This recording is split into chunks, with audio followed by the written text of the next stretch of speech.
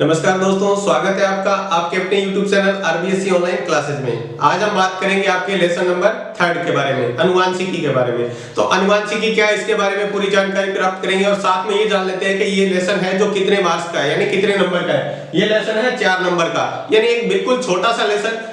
ये जो लेसन है 4 नंबर का है, बिल्कुल ही आसानी से आपको समझ में आ जाएगा अगर इस वीडियो को आप ध्यान से देखते रहेंगे। तो ये जो 4 नंबर का एक ही पर्सन आने वाला है, 4 नंबर आपको पता है कितने महत्वपूर्ण रखते हैं आपकी परीक्षा में। तो ये आप जो आज समझने जा रहे हैं ये लेसन है अनुवांशिकी।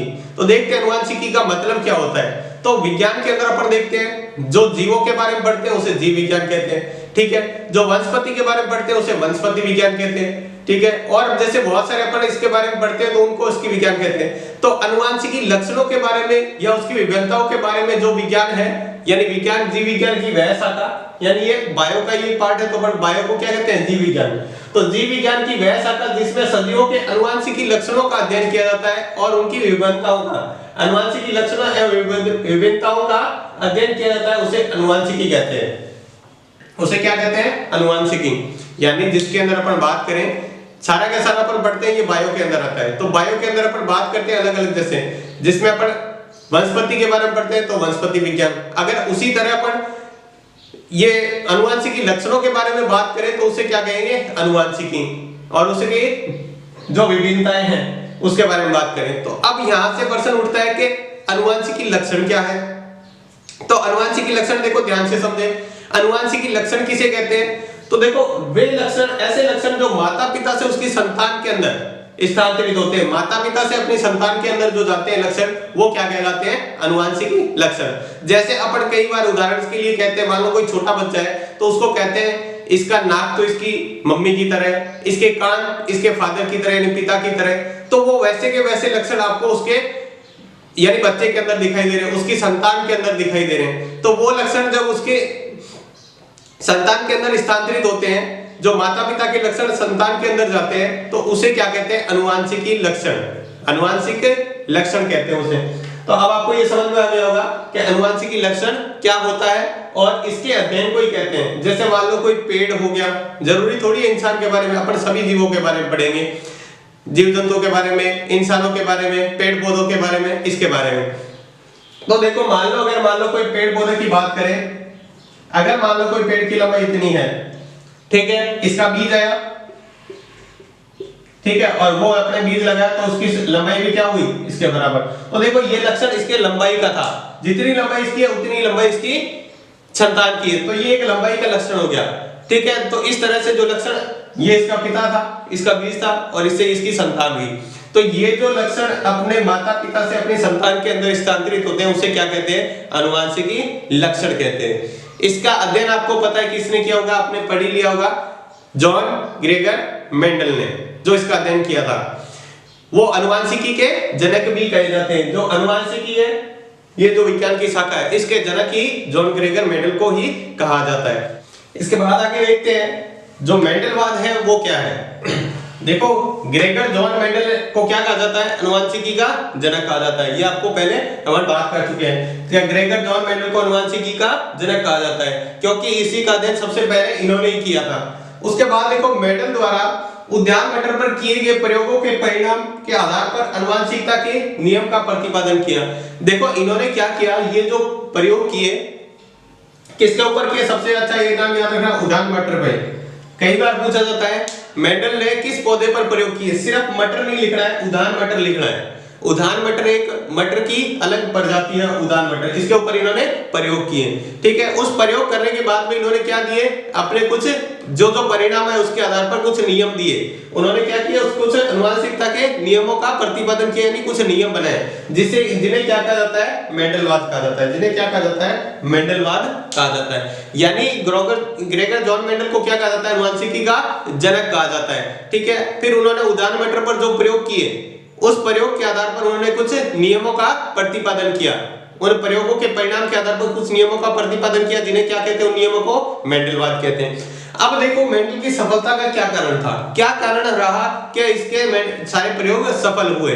तो देखो इसके बहुत ही अच्छे दिमाग से काम किया इन्होंने कि देखो उचित पादप का चयन किया। इन्होंने उदान मटर का लिया, ये पादप इसी का चयन क्यों किया ये अपन आगे पढ़ेंगे। देखो एक तो ये पादप क्या होता है, ज्यादा जगह नहीं लेता, छोटी जगह में, और कम समय में क्या हो जाता है, पौधा तैयार हो जाता है। तो ऐसे कुछ बहुत सारे लक्षण थे जिन्होंने उस पादप का चयन करने में बहुत मतलब अच्छा ध्यान दिया।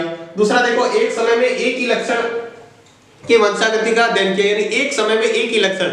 जैसे आप सिर्फ पादप की लंबाई का बात करेंगे तो सिर्फ लंबाई की बात करेंगे, उसके बीजों का कलर की बात करेंगे तो सिर्फ उस बीजों के कलर की बात करेंगे। तीसरा उस बीजों के रंग के बारे में बात करेंगे तो बीजों के रंग के बारे में बात करेंगे। चौथा जैसे मान लो उस बीजों के आकार का बात करेंगे, यानी गोल है या झुर्रीदार है। तो हर समय में उन्होंने एक ही लक्षण का, एक पीढ़ी में एक लक्षण का, फिर अगली पीढ़ी में दूसरे लक्षण का, फिर ऐसे पीढ़ियों में अलग अलग एक एक पीढ़ी में एक एक लक्षण का इन्होंने क्या क्या अध्ययन किया। उसके बाद सभी परिणामों का सावधानीपूर्वक संख्या की विश्लेषण करना, यानी ये बहुत ही महत्वपूर्ण बात है कि जो वैज्ञानिक होते हैं, ये जो साइंटिस्ट होते हैं, वो अपने जो प्रयोग करते हैं वो क्या करते हैं, अगर आपने सही तरीके से लिखा नहीं है तो शुरू का आपने क्या प्रयोग किया था वो खुद ही भूल जाते हैं, या आपने प्रयोग कर दिया आपको तो याद है, आगे वाली पीढ़ी को कैसे पता चलेगा कि आपने क्या किया, क्या खोज की है। तो इसके लिए आपको क्या करना पड़ता है, जो भी आप प्रयोग करते हैं उसको एक संख्या की विश्लेषण यानी एकदम उचित तरीके से आपको लिख कर रखने पड़ते हैं वो सारे के सारे प्रयोग। तो इन्होंने वैसा ही किया, जैसे प्रयोग किए एकदम सही सावधानी पूर्वक एकदम जैसा प्रयोग किया था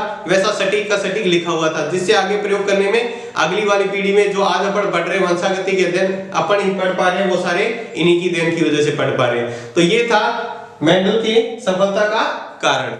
इसके बाद आगे देखते हैं, जैसे अपन बात की थी कि मेंडल की सफलता का कारण में एक बहुत ही महत्वपूर्ण कारण था कि उचित पादप का चयन। तो देखो इस पादप का, मटर के पादप का चयन करने का क्या मतलब था, मटर के पादप का ये चयन क्यों किया उन्होंने, उसके बारे में अपन देखते हैं। तो देखो इसके अंदर पॉइंट देखते जाते हैं। इसका जीवन काल 1 वर्ष होता है, यानी 1 वर्ष का ये पौधा है, इसमें कम समय में अनेक पीढ़ियों का अध्ययन किया जा सकता है। देखो ये 1 वर्ष का ही पादप है, 1 वर्ष में पादप पूरा तैयार हो जाता है, पूरा पादप तैयार होकर इस एकदम अच्छी तरह से इसके बीज मिलने, इस मतलब बीज मिल जाते हैं, 1 साल में इसका पूरा परिणाम मिल जाता है 1 साल के अंदर। तो ये क्या है, 4-5 साल में अपन 4-5 पीढ़ियां प्राप्त कर सकते हैं। अगर मान लो कोई दूसरा पादप होता, जैसे मान लो कोई पेड़ होता जो 20-25-50 सालों में जाके पूरा तैयार होता, तो 50 साल में उसको परिणाम मिलते, फिर उसके बाद उसका अगला लक्षण देखने के लिए 50 साल तक एक लक्षण मिलता, फिर अगले 50 साल तक दूसरा लक्षण, तब तक इतनी मानव का जीवन पॉसिबल ही नहीं है इतने वर्ष। तो उन्होंने देखो ये बहुत ही ध्यान रखते हुए इस पादप का चयन किया कि ये बहुत कम समय में यानी 1 वर्ष में तैयार हो जाता है और कम समय में इसकी अनेक पीढ़ियां प्राप्त की जा सकती थी। दूसरा देखो मटर के पौधे का आकार छोटा होने के कारण इसे छोटे भाग में उत्पन्न किया जा सकता है। मटर का पौधा आपको देखा होगा छोटा सा होता है, जो मटर का पादप देखो, ये जो मटर का पादप आपको दिख रहा है ये मटर का पादप बहुत छोटा सा होता है, और ये क्या है, कम जगह में ही आपको क्या होता है, कम जगह में इसको लगाया जा सकता है। तो जिससे क्या होता है, अगर मटर का पादप छोटा है, बड़ा ले ले तो क्या फर्क होता, अपने पास जमीन तो बहुत है, लेकिन बड़ा लेने के लिए क्या, उसकी देखभाल करना, उसको जब पानी देना, उसकी सिंचाई करना, उसको खाद बीज देना, बहुत बड़ा काम हो जाता। तो इसलिए मटर का पादप का चयन किया, क्योंकि इसको छोटी जगह में लगाया जा सकता है, उसकी आसानी से देखभाल की जा सकती है। उसके बाद देखो मटर के पुष्प द्विलिंगी एवं बंद प्रकार के होते हैं, जिससे पर परागण नहीं बल्कि स्वपरागण होता है। इस बात को समझे, देखो मटर का पादप द्विलिंगी होता है, पौधा देखो इस आकार का होता है, बीज जैसे ये मान लो फूल है कोई, ठीक है, ये मान लो कोई फूल है मटर के पादप का, तो इस फूल के अंदर क्या होता है, इस तरह से होता है, जैसे आपने छोटी क्लासों में पढ़ा होगा, एक होता है स्त्रीलिंग,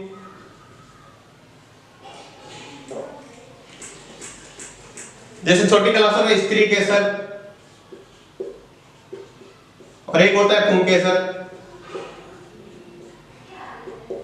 देखो इसका मतलब क्या हुआ है, देखो पुंकेसर और स्त्री केसर, आप जब भी किसी में निषेचन होता है तो एक स्त्री केसर और एक पुंकेसर होना ही चाहिए। तो देखो इसमें अंदर एक पुष्प के अंदर ही स्त्री केसर और पुंकेसर होते हैं, तो आपस में परागण कर लेते हैं। अब देखो ये आपस में इसी के, तो पर परागण का मतलब क्या होता है, जैसे मान लो एक पौधा इसका है और एक पौधे का दूसरा भाग है, मान लो पादप का इसी का या दूसरे पादप का भाग है, इससे ये कण उड़कर इसके ऊपर जाते हैं, ठीक है। जैसे बाजरे का पादप देखा होगा, बाजरे का पादप क्या होता है, उसका इस तरह से बीज होता है, उसके ऊपर एक इस तरह से। अब ये इसके ऊपर छोटे छोटे दाने होते हैं। जब हवा चलती है इसके अंदर क्या होता है, पुंकेसर अलग होता है, स्त्री केसर अलग होता है। जब इसमें दोनों में निषेचन होता है तभी इसकी संतति प्राप्त होती है। तो ये देखो उड़कर क्या करते हैं, जैसे उड़कर हवा चल रही है तो उड़कर जाएंगे। कोई छोटे बहुत मधुमक्खियां वगैरह कोई जीव जंतु जीव छोटे बैठेंगे, उससे पैरों से उनके लगकर इस तक जाएंगे, तब इसमें परागण होगा, तब बीज का निर्माण होगा। लेकिन इसके अंदर क्या होता है, एक ही बीज के अंदर होते हैं, तो ये स्वयं परागण यानी अपने आप हो जाता है। इसको क्या होता है, पर परागण मतलब दूसरे के तरह हवा के जरिए या कोई छोटे कीट पतंगे हो गए, मधुमक्खियां हो गया, इनके द्वारा होता है, तो ये पर परागण कहलाता है। ये होता है स्वयं परागण यानी अपने आप हो जाता है। तो देखो ये द्विलिंगी होता है, मतलब इसके अंदर पुंकेसर और स्त्री केसर दोनों पाए जाते हैं, इसलिए इसको द्विलिंगी कहते हैं। ठीक है, और ये बंद प्रकार का होता है, फूल बंद होता है ये। ठीक है, इसका बात का मतलब हो गया। जिसमें पर परागण नहीं, ये होता है पर परागण, एक पौधे से दूसरे पौधे पर या एक पौधे का एक भाग और दूसरे भाग के बीच हवा के जरिए या किसी न किसी दूसरे माध्यम से उनके बीच परागण होता है, अपने आप नहीं होता है। इसके अंदर अपने आप परागण होता है, तो उसे क्या कहते हैं, स्वयं परागण कहते हैं। जिसमें अपने आप परागण होता है उसे स्वयं परागण, यानी इसके अंदर पर परागण नहीं बल्कि स्वयं परागण होता है। उसके बाद देखो इस पादप के विभिन्न भागों में लक्षण विविधताएं पाई जाती है। ये ऐसा पादप है जिसके अंदर बहुत सारी विविधताएं पाई जाती है। जैसे इसके बीज में अलग अलग विविधता, बीज इसका गोल है या झुर्रीदार है, बीज का कलर कैसा है, इसके पादप के फूल कैसे हैं, इसका लंबाई कैसी है, तो ऐसे बहुत सारे इसके अंदर अलग अलग लक्षण है, जो अगली पीढ़ी में अपन उसके लक्षण देख सकते थे। तो ये विभिन्न भागों में अलग अलग विविधताएं पाई जाती है। और एक है इसका कृत्रिम, अपन जैसे इसका पर परागण, जैसे एक पादप का दूसरे पादप से पर परागण, तो अपन पर परागण भी इसका करवा सकते हैं कृत्रिम विधि द्वारा, यानी अपन खुद करवाना पड़ेगा, अपने आप नहीं होगा, अपने को करवाना पड़ेगा। जो मानव द्वारा किया जाता है इसलिए उसको कृत्रिम विधि कह देते हैं। और उस विधि का नाम क्या है, विपुसन। विपुसन विधि द्वारा इसका कृत्रिम पर परागण भी करवाया जा सकता है। तो देखो अपन दूसरा पादप मान लो कोई ले लें, जैसे एक पादप की लंबाई कम है, जैसे मान लो ये पादप है इसकी लंबाई ज्यादा है और दूसरा पादप है इसकी लंबाई कम है, तो इसके कुछ लक्षण ले लिए और उसके लक्षण ले लिए, तो इसका पर परागण करवा दिया आपने, अलग अलग लगा लेके उसके आपस में पर परागण कराया, तो उसकी जो संतति होगी वो कैसी होगी, उसके लक्षण अपन इसके अंदर देख सकते थे। तो ये तो था उन्होंने पादप का चयन क्यों किया। देखो एक तो इसका जीवन काल छोटा जिससे अनेक पीढ़ियां प्राप्त करी जा सकती, दूसरा इसका आकार छोटा जिससे देखभाल करना आसान हुआ। देखो पुष्प कैसा होता है, द्विलिंगी पुष्प होता है, जिसके एक पुष्प के अंदर ही स्त्रीलिंग और स्त्री केसर और पुंकेसर पाए जाते हैं। और बंधाकार का होता है जिससे पर परागण नहीं स्वयं परागण होता है। उसके बाद पादप के अंदर विभिन्न भागों में लक्षण विविधताएं पाई जाती है और विपुसन विधि द्वारा इसका कृत्रिम पर परागण भी करवाया जा सकता है। ये थी पादप का चयन क्यों किया, उसका कारण। प्रश्न बहुत ही महत्वपूर्ण है कि मेंडल ने उद्यान मटर के पादप का ही चयन क्यों किया, तो आपको ये पॉइंट लिखने हैं। इसके बाद में वो मेंडलवाद की पुनर्खोज, यानी मेंडलवाद ने जो प्रयोग किए थे, मेंडल ने जो अपने वंशागति के प्रयोग दिए थे, तो उस समय उन्होंने लोगों ने माना नहीं था उसको, क्या उन्होंने लोगों को मान्यता नहीं दी कि ये ऐसा कुछ भी नहीं है, ये सारा झूठ है। तो पहले लोगों ने माना नहीं, तो फिर उसके बाद क्या हुए, लगभग 35 वर्ष बाद जब मेंडल की मृत्यु हो गई थी 1890 में, उसके बाद में उन्होंने वापस कई वैज्ञानिकों ने, 3 वैज्ञानिकों ने वापस वही प्रयोग करके देखे और वो बिल्कुल वैसे के वैसे ही थे जैसे मेंडल ने किए। तो उसके लगभग 35 वर्षों बाद में उसको वापस नियमों को मान्यता दी गई कि जो मेंडल ने प्रयोग किए थे वो बिल्कुल सही थे। तो देखो कौन कौन से वैज्ञानिक थे जिन्होंने मेंडल पे वापस प्रयोग कर उनके मेंडलवाद की पुनर्खोज यानी उनके वापस खोज की, उन्हीं नियमों की वापस। तो देखो एक तो था हुगो डी ब्रिज, ये पहला वैज्ञानिक था हुगो डी ब्रिज, दूसरा था कार्ल कोरेंस और तीसरा था एरिक वॉन शेरबेक। ये तीनों वैज्ञानिक थे जिन्होंने मेंडल के जो प्रयोग किए थे उन्हीं को ही वापस खोजा और वापस खोज के वही के वो नियम वापस प्रतिपादित की, यानी वो जो मेंडल ने कहा था वो बिल्कुल सही था। जिसके बाद में मेंडल के नियमों को मान्यता दी गई कि जो मेंडल ने कहा था वो बिल्कुल सही था। उसके बाद में मेंडल को अनुवांशिकी का जनक कहा जाने लगा। तो देखो तीनों नाम बात अच्छी तरह याद रख लेना, थोड़े अजीब से नाम है लेकिन आपको आसानी से याद हो जाएंगे, कई बार पढ़े। देखो हुगो डी ब्रिज, दूसरा है कार्ल कोरेंस और तीसरा है एरिक वॉन शेरबेक। तो ये 3 वैज्ञानिक थे जिन्होंने मेंडल के नियमों को वापस खोजकर उसको मान्यता दिलाई। इसके बाद देखते हैं अपन अनुवांशिकी को अच्छी तरह समझने के लिए और इसके नियम और जो मेंडलवाद के जो नियम थे उनको समझने के लिए अपन कुछ शब्दावली देखते हैं अनुवांशिकी की, यानी कुछ परिभाषाएं हैं। अगर वो आपको अच्छी तरह याद है, क्योंकि ये पेपर में कई बार सीधी परिभाषाएं पूछ लेते हैं, इसमें से 1-2 परिभाषाएं या फिर इसको नियमों को समझने के लिए बहुत ही जरूरी है। तो पहले इसको समझ लेते हैं ये क्या है परिभाषाएं और कैसी है, बहुत ही आसानी से समझ में आ जाएगी आपको। ध्यान से देखिए कि सबसे पहले अनुवांशिकी की शब्दावली, सबसे पहले जीन, इसमें अपने नाम लिया है जीन। तो जीन क्या होता है, देखो वह कारक जो किसी एक लक्षण को नियंत्रित करता है। जीन क्या करता है, किसी भी एक लक्षण को नियंत्रित करेगा। जैसे अपन लंबाई की बात करें तो एक जीन सिर्फ लंबाई को नियंत्रित करेगा कि या तो लंबाई मतलब पूरी लंबा होगा पौधा या उसकी लंबाई कम होगी, उसको नियंत्रित करता है एक जीन, उसे जीन कहते हैं। मेंडल ने इस जीन को जीन नाम नहीं दिया था, क्या दिया था, कारक दिया था। मेंडल ने अपना जब प्रयोग किया था तो इसे क्या कहा था, कारक, तथा जॉनसन ने इसे क्या कहा, उसके बाद जो जॉनसन था उसने इसको कारक नाम दिया, जीन नाम दिया। कारक को क्या नाम दिया, जीन नाम दिया। तो जीन क्या करता है, एक लक्षण को नियंत्रित करता है। वो लक्षण कुछ भी हो सकता है, जैसे पौधे का आकार हो सकता है, उसका साइज हो सकता है, बीज का कलर हो सकता है, बीज का आकार कैसा है वो हो सकता है, बीज का जो पौधे का कलर कैसा है, पौधा कैसा दिख रहा है उसका हो सकता है, फूलों का कलर कैसा है। तो एक लक्षण को, ये सारे अलग अलग हैं, वो अलग अलग जीन उसको निर्धारित करते हैं। उसके बाद देखो युग्म विकल्पी, एक जीन को नियंत्रित कर, एक जीन होता है, हर जीन के अंदर दो विकल्पी होते हैं, दो युग्म होते हैं। देखो जीन एक लक्षण को नियंत्रित करने के लिए जीन के दो विपर्यासी स्वरूपों को युग्म विकल्पी कहते हैं। एक जीन को नियंत्रित करने के लिए क्या होते हैं, दो विपर्यासी लक्षण होते हैं, उसके अंदर दो विपर्यासी स्वरूप होते हैं। जैसे टी या टी, अगर लंबाई को निर्धारित करें तो या तो लंबाई को इससे लिखेंगे बड़े टी से, अगर लंबाई छोटी है, बौना पौधा है जिसकी लंबाई कम है, मान लो एक तो लंबाई इतनी लंबी है पौधे की और एक मान लो पौधा इतना लंबा है, तो इसको छोटे वाले को छोटे टी से और जिसकी लंबाई ज्यादा उसको बड़े टी से। तो हर को निर्धारित करने के लिए क्या होता है, लक्षण तो एक ही होगा लेकिन उसको निर्धारित करने के लिए क्या है, दो विपर्यासी स्वरूप है, अपन दो अलग अलग स्वरूपों से उसको लिख सकते हैं। अगला देखो समयुग्म विधि। देखो अब आपके पास दो युग्म विकल्पी हैं, दो क्या है, युग्म विकल्पी। अब ध्यान से देखो, सम का मतलब होता है समान। जब किसी लक्षण को नियंत्रित करने वाले जीन दोनों युग्म विकल्पी एक समान हो, दोनों युग्म विकल्पी क्या हो, एक समान हो, तो उसे क्या कहते हैं, समयुग्म विधि। जैसे मान लो कोई पौधा है जिसके दोनों ही लक्षण ऐसे है, टी टी, यानी पूरा पौधा लंबा है तो उसको टी टी, और या फिर बौना है तो टी टी, ये उसके लक्षण है। अगर अपन प्रयोग करेंगे तो अच्छी तरह समझ में आ जाएगा टी टी क्यों लिखा है। तो एक पौधे के दो लक्षण, यानी पौधा शुद्ध लंबा है तो इस टी से लिखेंगे, अगर शुद्ध बौना है तो इस टी से लिखेंगे। तो एक समान लक्षण है, दोनों टी एक जैसे हैं। देखो जब दोनों टी एक जैसे हो तो उसे क्या कहते हैं, सम युग्मजी। और विषम युग्मजी का मतलब क्या होता है, जब लक्षण क्या हो, दोनों जीन के असमान हो। जब किसी लक्षण को नियंत्रित करने वाले जीन दोनों युग्म विकल्पी असमान हो उसे विषम युग्मजी कहते हैं। जैसे एक टी हो गया, दूसरा टी ये। अब ना तो ये पौधा शुद्ध लंबा है और ना ही शुद्ध बौना है। अब इसकी हाइट ये होगी तो बीच वाला पौधा जो टी टी लिखेंगे इसका मतलब ये इतना विकल्पी, ना तो इसकी जितनी हाइट है और ना इतनी कम है, तो इसको लिख देते हैं टी टी, मतलब इसके बीच का। तो ये क्या होता है, असमान। युग्म विकल्पी क्या हो, असमान हो। तो विषम का मतलब क्या होता है, असमान। सम का मतलब समान, विषम का मतलब असमान, अलग अलग। तो उसके क्या हो, दोनों युग्म विकल्पी क्या हो, असमान हो। उसके बाद लक्षण प्रारूप, जब जीवों के बाहरी लक्षणों के आधार पर जो अनुपात ज्ञात किया जाता है। देखो ये लक्षण प्रारूप और जीन प्रारूप क्या होते हैं, अनुपात होते हैं। जो अपन प्रयोग करेंगे उसके अंदर अनुपात लिखेंगे तो आपको समझ में आ जाएगा, लेकिन फिर भी देख लेते हैं यहाँ पर क्या है, लक्षण प्रारूप। आपको बाहर से देखने से ही पता चले कि पौधा लंबा है या छोटा है, बीज का कलर कैसा है, बीज का आकार कैसा है, वो आपको देखने से ही पता चले बाहर से, उसके अंदर की संरचना पता नहीं है, बाहर से देखने से पता चले तो उसको कहते हैं लक्षण प्रारूप। उसके अनुपात को क्या कहते हैं, लक्षण प्रारूप। और जीन प्रारूप क्या होता है, उसके जीवों की जीन संरचना कैसी है, जीन संरचना। अब देखो लक्षण प्रारूप में तो अपन ये एक पौधा है, एक पौधा ये है, एक पौधा ये है, ठीक है।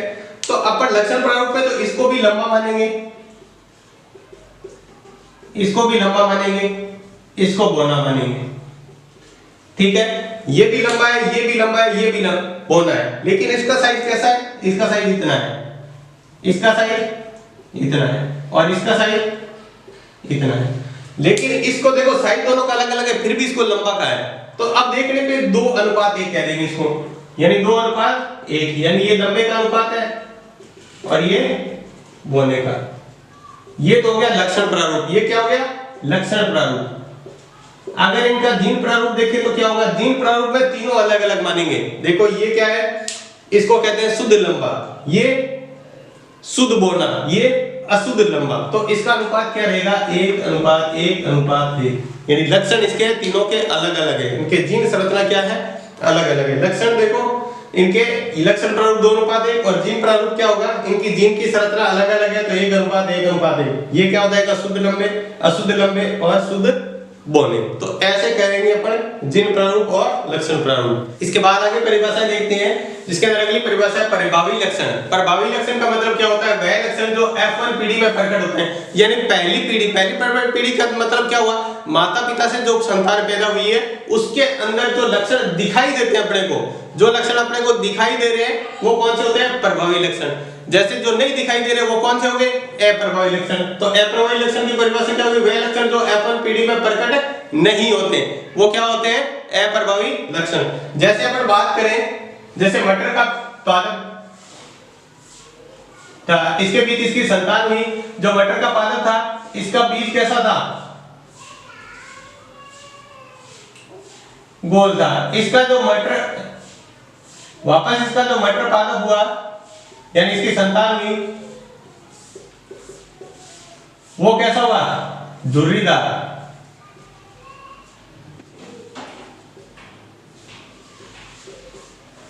देखो इसके अंदर दोनों लक्षण थे, गोल और झुर्रीदार। इसकी जो संतान में जो संकरण हुआ उसके अंदर एक गोल था और एक झुर्रीदार था, दोनों के बीच संकरण करवाया तो उसका जो संतति हुई वो कैसी हुई, झुर्रीदार। यानी इसके अंदर कौन सा नहीं है, गोल नहीं है इसके अंदर। तो जो दिख रहा है कौन सा दिख रहा है, झुर्रीदार। तो ये कौन सा हो गया, प्रभावी लक्षण।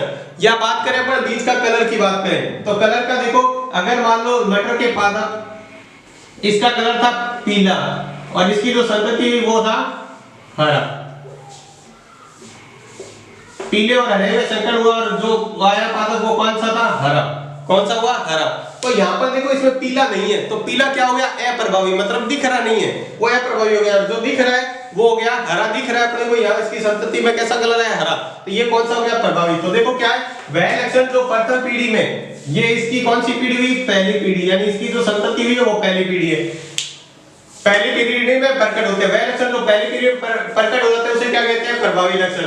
और जो प्रकट नहीं होते उसे क्या कहते हैं, अप्रभावी। इसके अंदर जो है प्रभावी नहीं है, जैसे यहाँ पर पीला नहीं दिख रहा है तो वो पीला क्या हो गया, अप्रभावी। उसके बाद देखते हैं एकल संकर संकरण। एकल संकर संकरण किसे कहते हैं, वह संकरण जिसमें एक लक्षण की वंशागति का अध्ययन किया जाता है। सिर्फ अपने को एक ही लक्षण देखना है, उससे संतान से पीढ़ी के अंदर, जैसे मान लो सिर्फ उसके बीज का कलर देख रहे हैं तो सिर्फ एक ही लक्षण देखना है अपने को, तो वो क्या होता है, एकल संकर संकरण। द्विसंकर संकरण क्या होता है, जिसमें दो लक्षणों को देखा जाता है। यानी मान लो अपन देख लिया उसका बीज का कलर कैसा है और बीज का आकार कैसा है, तो दो लक्षणों को जब एक ही पीढ़ी से दूसरी पीढ़ी में अपने को दोनों लक्षण देखने हैं कि उसका कलर भी कैसा है और उसका आकार, तो दो लक्षणों को अपन ध्यान में रख रहे हैं, तो दो लक्षणों का अध्ययन कर रहे हैं। तो द्वि लक्षण देखो, पूरी परिभाषा देखो, इसी की सेम की सेम परिभाषा है, बस यहाँ लिखना है एक की जगह क्या लिखना है, जिसमें दो लक्षणों का वंशागति का अध्ययन किया जाता है। त्रिलक्षण संकरण में क्या होता है, त्रिसंकर संकरण में क्या होता है, जिसमें तीन लक्षणों का, देखो इसके अंदर सब में यहाँ लिखना है संकर, ठीक है, तीन लक्षणों का अध्ययन किया जाता है, जिसमें उसको क्या कहते हैं, त्रिसंकरण। और ऐसे ही बहुत सारे लक्षणों का, यानी और तीन से भी ज्यादा लक्षणों का जब अध्ययन किया जाता है तो उसे क्या कहते हैं, बहुसंकर संकरण। द्विसंकर संकरण में क्या करना है, दो लक्षणों का अध्ययन करना है। त्रिसंकर संकरण में क्या करना है, तीन लक्षणों का अध्ययन करना है। बहुसंकर संकरण में क्या करना है, तीन से भी ज्यादा कोई लक्षण है तो उसका अध्ययन किया जाता है। जैसे एक लक्षण हो गया, सिर्फ अपने कलर की बात कर ले बीज का। दूसरा हो गया जैसे कलर और उसका आकार कैसा है। तीसरा जैसे उसकी लंबाई, पौधे की लंबाई, बीज का कलर और बीज का आकार, तीन हो गए। और तीन से भी ज्यादा हो गए तो उसको क्या कह देंगे, बहुसंकर संकरण। तो ये परिभाषा हो गई। उसके बाद अगली देखो, ये इंपॉर्टेंट है यहाँ पर, परीक्षण संकरण। वह संकरण जिसमें F1 पीढ़ी का संकरण, जैसे इससे मान लो F1 पीढ़ी आ गई, उसका संकरण अप्रभावी लक्षण से के साथ कराया जाता है। इसका किससे कराया जाता है, प्रारूप वाले जनक के साथ करवाया जाता है। अब इसका संकरण किसके साथ करवाया जाएगा, ये जो F1 पीढ़ी का है इसका करवाया जाएगा जो अप्रभावी लक्षण है उसके साथ संकरण, यानी दूसरे पीढ़ी का अप्रभावी लक्षण ले लेंगे, उसके साथ इसका संकरण करवाते हैं, तो उसको क्या कहते हैं, परीक्षण संकरण। जब F1 पीढ़ी के वह संकरण जिसमें F1 पीढ़ी का संकरण, यानी F1 पीढ़ी का संकरण किससे कराया जाता है, जो अप्रभावी लक्षण है, जो अपने को दिखाई नहीं दे रहा है, वो उसके अंदर है तो सही लेकिन छुपा हुआ है। अप्रभावी का मतलब जो छुपा हुआ है, उस लक्षण से जब उसका दोनों का संकरण करवाते हैं तो क्या होता है, तो प्रारूप वाले जनक के साथ किया जाता है, तो उस पर उसको क्या कहते हैं, ऐसे संकरण को कहते हैं परीक्षण संकरण। ठीक है, उसके बाद देखो संकरण पूर्वज या पश्य संकरण किसे कहते हैं, वह संकरण जिसमें F1 पीढ़ी का संकरण दोनों में से F1 पीढ़ी का, ये F1 पीढ़ी होगी। अब F1 पीढ़ी का संकरण किससे करवा दो, चाहे प्रभावी से करवा दो चाहे अप्रभावी से, दोनों में से किसी एक के साथ करवाना। देखो वैसे तो अप्रभावी से करवा दे संकरण तो क्या कहलाता है, परीक्षण संकरण। जब इसका संकरण संकर पूर्वज संकरण या पश्य संकरण क्या कहलाता है, वह संकरण जिसमें F1 पीढ़ी का संकरण दोनों जनकों में से किसी से भी करवा देते हैं तो उसे क्या कहते हैं, संकर पूर्वज संकरण या पश्य संकरण कहलाता है। इसके बाद देखते हैं परिभाषाएं। व्युत्पन्न संकर, ये आपके पिछली बार 2018 की परीक्षा के अंदर आया था, व्युत्पन्न संकर किसे कहते हैं, तो ध्यान से समझ लें। इस बार भी कोई परिभाषा आ सकती है तो अपन उस परिभाषाओं को सभी को ध्यान से पढ़ लें। तो देखो व्युत्पन्न संकर क्या होता है, वह क्रॉस मतलब संकरण जिसमें एक पादप की नर को, यानी एक पादप है, ये एक पादप है, ये दूसरा पादप है, पहले क्या लेना है, इसका नर लेना है और इसका मादा। ठीक है, जब दूसरी बार लेंगे तो इसकी मादा लेंगे और इसका नर। तो आपको पता है मटर के पौधे में मादा और नर दोनों होते हैं, तो एक बार इसके क्या लेना है, उस पौधे की नर और मादा के बीच में क्रॉस करवाना है, दूसरी बार क्या करना है, मादा और इसका नर लेके उसके बीच में क्रॉस करवाना है। इन दोनों के बीच क्रॉस करवाएंगे और इन दोनों के बीच क्रॉस करवाएंगे।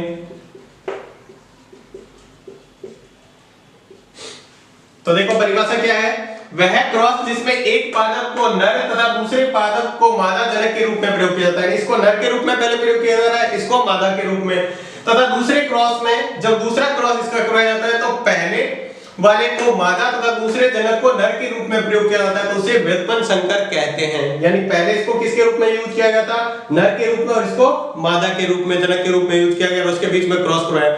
जब दूसरी बार क्या किया, इसको मादा जनक के रूप में और इसको नर जनक के रूप में यूज करके इसको प्रयोग करवाया, तो इसको दोनों को क्या कह देते हैं, व्युत्पन्न संकर। यानी व्युत्पन्न का मतलब पहले जो क्रॉस करवाया था दूसरा उसका उल्टा क्रॉस करवाया। व्युत्क्रम का मतलब होता है उल्टा मतलब इसका नर लिया तो दूसरी बार में इसका मादा लेंगे और इसका मादा लिया तो इसका नर के बीच में क्रॉस करवाते हैं, तो उसे क्या कहते हैं, व्युत्पन्न संकर। उसके बाद देखो जनक पीढ़ी, संतति प्राप्त करने के लिए जिन पौधों के बीच क्रॉस करवाया जाता है उन्हें जनक पीढ़ी कहते हैं। जैसे मान लो माता और पिता है, ये मान लो एक पादप है, ये दूसरा पादप है, ये इसका मान लो माता और ये पिता, इन दोनों के बीच में क्रॉस करवाने से जो इसकी संतति उत्पन्न होगी, तो ये क्या है, ये है जनक, ये क्या होगी, जनक पीढ़ी। ठीक है, इससे जो संतति मिलेगी इसकी, तो ये क्या हो जाएगी, F1 पीढ़ी।